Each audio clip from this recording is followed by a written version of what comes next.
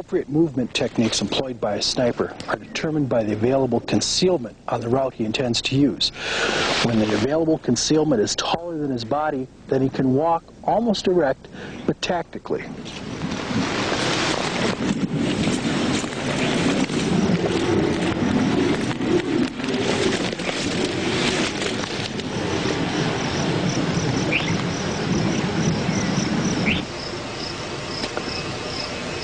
Here, the spotter is leading the team through moderately high brush, and he's using a crouch walk, again moving tactically, taking advantage of the available concealment on his route.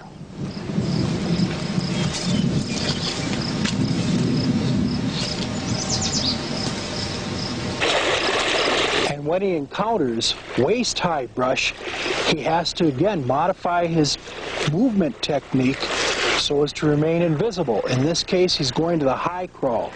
What distinguishes the high crawl is that his elbows are not on the ground.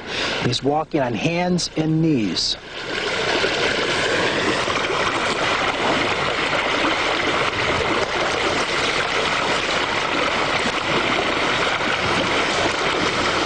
And now our spotter has encountered knee-high or lower grass, so he has to reduce himself even lower to a low crawl. You notice that his knees and elbows are now on the ground. He's not walking with hands and knees, and his belly is actually dragging on that ground.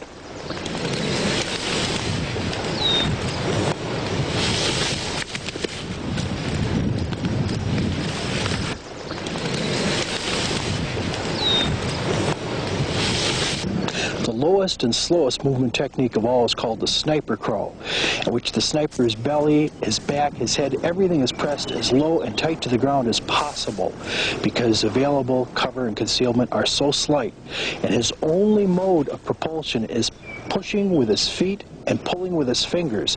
This might be the technique that he'd use to creep across a road or through a very shallow fold in a field that bad guys would not think he could cross. Typically he'd be wearing a ghillie suit, but to demonstrate we'll be doing it without a ghillie suit. There's really no mystery to stalking. It's just common sense. That is, applying the proper movement technique to the kinds of cover and concealment that are offered to you by the terrain. Let's look over here to our right. Let's assume that we've got a sniper team around the edge of this hill that intends to transit the low ground in front of us, relatively open terrain, intends to transit it and eventually arrive at the top of that hill where they intend to place a hide for engaging targets off in the distance. Let's look at how they would divide up this route into legs and apply movement techniques. Initially, for crossing that low, open, relatively open ground along the road until they hit the deeper brush in the ditch, they would low crawl. This first leg is low crawling. The second leg, once they're down in that brush and ditch, they could move at a high crouching walk. Much more comfortable, faster movement technique until they get to the shortest distance between the parallel tree line and this ditch. They would low crawl across this third leg.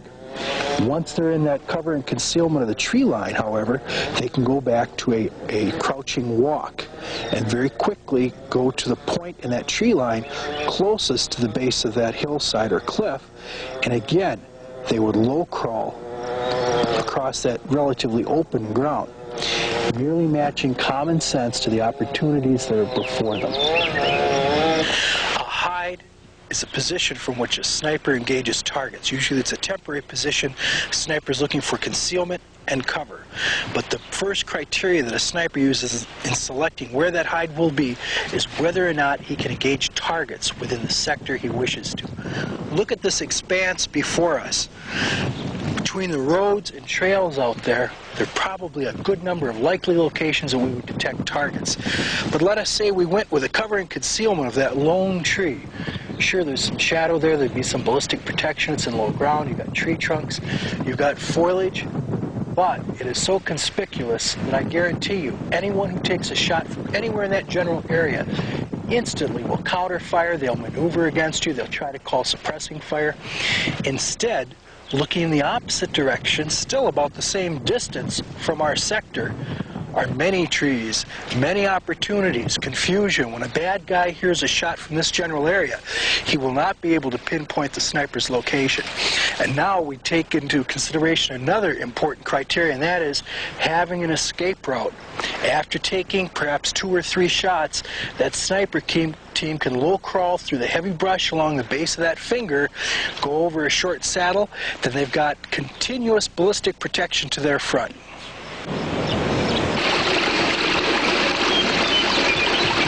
Probably my favorite kind of temporary hide is a ditch. The reason is, for infiltration, it offers ballistic protection and concealment from enemy observation. You can select many points along it as your hide to actually engage the enemy. And when it's time to bug out, you've again got ballistic protection. About the only thing you have to be careful about is if you do this too often in one place, the bad guys are going to start planting mines and booby traps in the ditches. A similar kind of hide would be the ridge, a finger ridge, in which you use the reverse slope. Come up carefully, pop a shot, and scoot.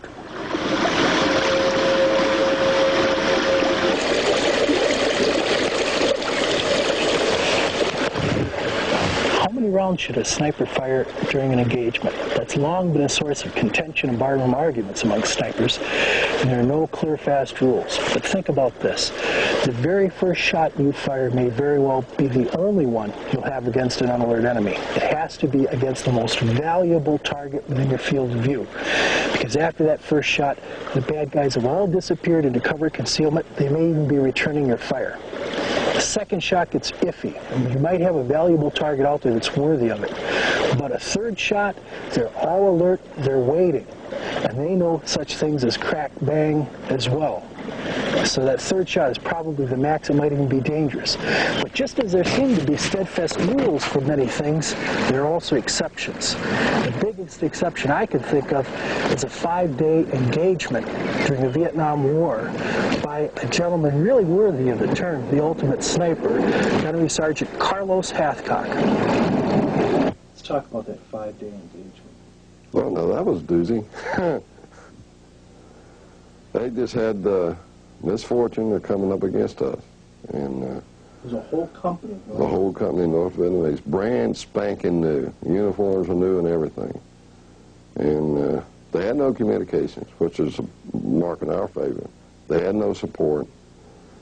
And we saw them coming right straight down the middle of the valley, right straight, well, 10 at our side.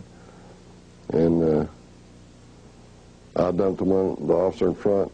My observer dumped the one in the back, which, you know, they had no leaders except one more. There was one more. And he chickened out after we dumped about 3 or 4 and took off running, which not conducive to good health. You don't run across rice paddies very fast, that's for sure. And he didn't last long. And then you had nothing but a bunch of hamburgers out there. That's all you had.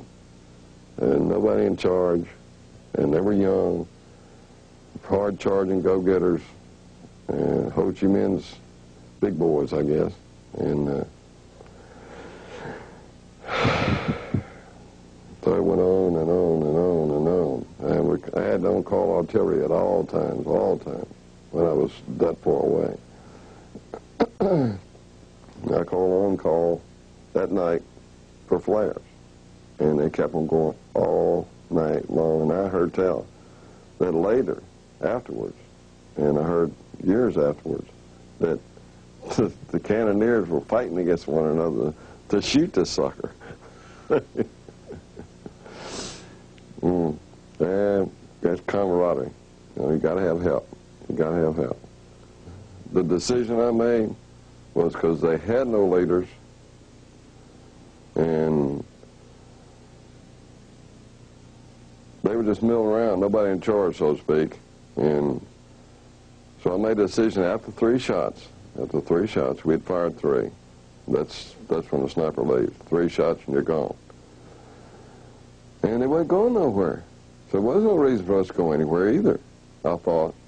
And so we just stayed there and had on call, and they tried to break out to the rear, and they didn't make very much sense.